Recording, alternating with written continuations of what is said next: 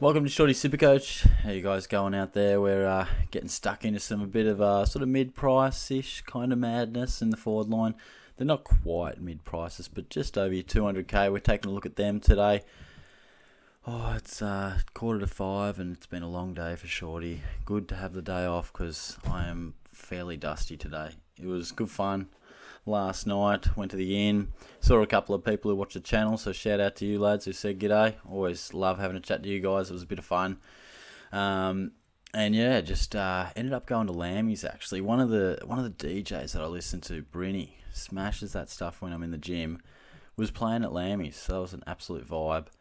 Absolutely loved it actually. Didn't think we'd get there sort of at the time we did, but it just worked out perfectly. So yeah, it was a good bit of fun. Definitely paying the price for it today.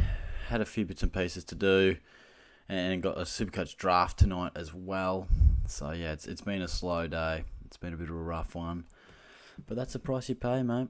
That's the price you pay when you smash back vodka raspberries and vodka orange juices for half your night. That's what you get. I want to give myself just a little shameless plug as well. I know I've been pumping out lots of videos, so it's probably hard to keep up. But if there's anything in there that takes your fancy that you haven't seen just yet, I'd love you to get around it. And massive shout out to all the subscribers who have jumped on board too. It's really been awesome to have you guys all involved, and it's been a really big week, really big month in particular, as it always is leading into the round one. So I can't wait. Footy's starting soon. It's pretty crazy to think that we are finally here, because I feel as if we've been just wondering, pondering, thinking about all these players we could pick and weighing it up, and now we've got to actually land on it. So that's a big part of why I wanted to do this video. I've got quite a few videos where I look at each line, and they're longer style ones, but hopefully this one isn't as long. And I just wanted to kind of on the run just discuss, you know, Brodie and Xerri and Hugo Ralphsmith in particular, because I think they could be really, really crucial. And look, a lot of these guys are in the rookie department sort of placeholder type of guys, but I just wanted to run the eye over these guys because I think they could make you or they could break you. Now, I think the two main things we want to look at is scoring potential and job security. So there's Will Brodie, 224, Xerri, 208, and Hugo Ralphsmith at 206. My rough thoughts on them, one by one. I think Brodie has really good job security. His scoring potential at his best could be fantastic. But, you know, with Fife coming back and they bat pretty deep in that Fremantle midfield, does he get forced out to a flank or a wing? Or, you know, he didn't make it at Gold Coast for a reason, so let's get a read on that. Now, Xerri could be anything. Dominated in the ruck last pracky game. Did similar in the VFL matches that he played in. I think his job security is pretty good. But what's his scoring potential? Is he going to be the number one ruck? Is it more of a forward ruck? You know, can we fully read into what we saw in the practice game as being legit? Will Goldstein just go back to being the main guy? And then Ralphsmith, I think, potentially has the safest scoring ability, but the worst job security. So I'm a bit concerned about Vlosten coming back and just, you know, they've got Short, they've got Grimes, they've got Broad, they've got Rioli. You know, there's a fair bit going on down in the back six for Richmond, but really he looked very good. So probably the one that I know less or the least about was Tristan Xerri, and he's sort of come onto my radar not too long ago. I just want to have a discussion about some of his VFL numbers. It was just crazy. Let's just have a look at that one for a bit of fun. Now, David Noble, you know, he's been singing the praises of Xerri for a long time. I'm just going to go Xerri VFL. I think I did that before. Anyway, there was an article last year where he just dominated. He had like 30 touches or something. Crazy. Well, that's not going to give us too much, is it? You know, so this is probably the article you really want to look into. You know, Callum Coleman-Jones is in the picture as well. The thing is with these guys, I'm really interested to just see what the teams come out and say. I really hope that we do get a good look at how they're actually shaping up, and then we can make that decision. So I think Xerri is potentially a guy that if he is given that role, he could be anything. He really could. He had some really big games at VFL level, which is something that we should always take a good look at when looking at our rucks coming up. I know Gawn's numbers before he exploded were massive, and it's just something to keep an eye on. Let's have a look. What do they have to say? Has Xerri ousted Goldstein for the number 1 ruck role? At the Roos, only time will tell. Xerri attended 52 contests compared to Goldstein's 41, but we need to be mindful that Callum Coleman-Jones didn't play. Should Xerri play in the season opener, he could be a shrewd selection. Oh shit, where'd that go? Especially if he's likely to become dual position at some stage. Very good point. And here's some of those numbers. We don't get a SuperCoach look at it, but it just shows that he can win the ball.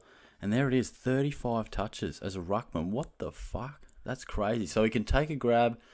Honestly, if he's rucking even slightly more than Goldstein, that's fine. As long as he's kind of the main dude, I reckon that's great. So I know Xerri's not in my team at the moment, but I'm probably leaning towards starting him. Again, all I want to see is his name next to the R on the team sheet. You can't always read into the team sheets, but I just like that little bit of confidence that he's the main guy in there. So moving on to Will Brodie, and this is just a very casual discussion as Shorty works through the hangover, so hopefully you guys hang in there with me after I'm sort of just working through it. Now, my main thing with him is that where is he going to play predominantly, and how many centre bounces can he get? Centre bounce attendances. So let's just have a little bit of a look. Does the Phantom have him? Probably. Oh, shit. Love doing a bit of research, just clicking around and just getting your Control F on. Oh, don't need Grundy. Here we go. Let's have a little bit of read of that. My gut feel is that he will maybe not get as many centre bounces as we've seen through the preseason, but also my gut feel is that he's an important part of that Fremantle midfield. I feel like in terms of their centre bounce attendance and who is sort of the top ones, I think Brayshaw will attend the most. I think Fife will get back to some really high numbers. I think Sarong will consistently be in that top 3 of attenders. And then Mundy and Brodie, should be interesting. I don't think I've left anyone out there.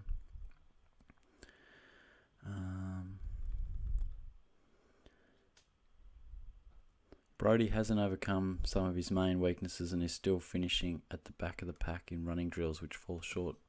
When was this article?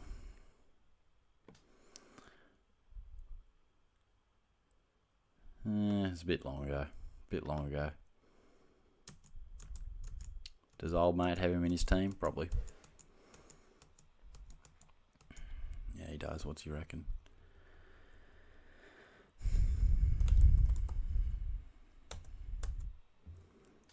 Brodie is a mouth-watering price with his scoring potential, but will he have the same role or be a certain starter when Fife returns? For that reason, Hugo, Ralphsmith and Tristan Xerri are on standby. So there you go. He pretty much thinks the same as me. He's just sort of waiting to see. And we'll know by the teams, because I am wary.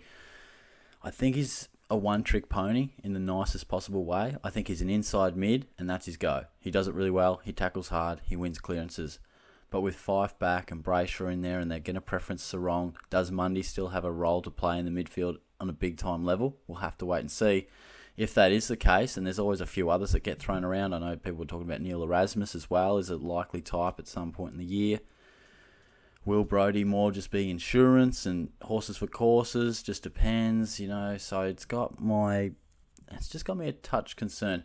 I think what we want to preference is job security, because over the journey I've found that it's always tougher to predict scoring outcomes, but you can generally get a pretty good feel for their job security. And let's face it, there's no point if they've got a high upside when they're in the team from a scoring point of view if they ain't in the team. So it's pretty simple, but I think if they're not playing, it doesn't matter how they could potentially score if they're doing it in the VFL. So that's probably something to consider. Let's take a look at Hugo Ralphsmith and what his potential could be. I really liked his role. He just looked like he was cruising around, taking nice easy marks, chipping around down back. I got the sense like this bloke could easily just punch out 70s pretty regularly. And let's have a look at the mock teams. Let's have a look. Vlosten's probably the big one, but I like looking at these mock teams because it just gives you a sense. Sometimes it's hard to think of everybody that's in the team, you know, like you think they're a good chance and then you go, oh, hang on, he's not playing though. Oh, what have I done here? What have I done here, guys? There we go. It was in game order, of course. Oh, shit.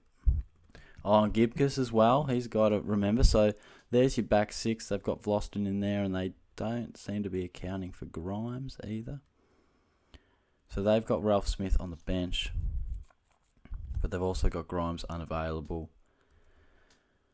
And that would be really interesting because if Grimes did come in, you got to sort of go, well, who goes out?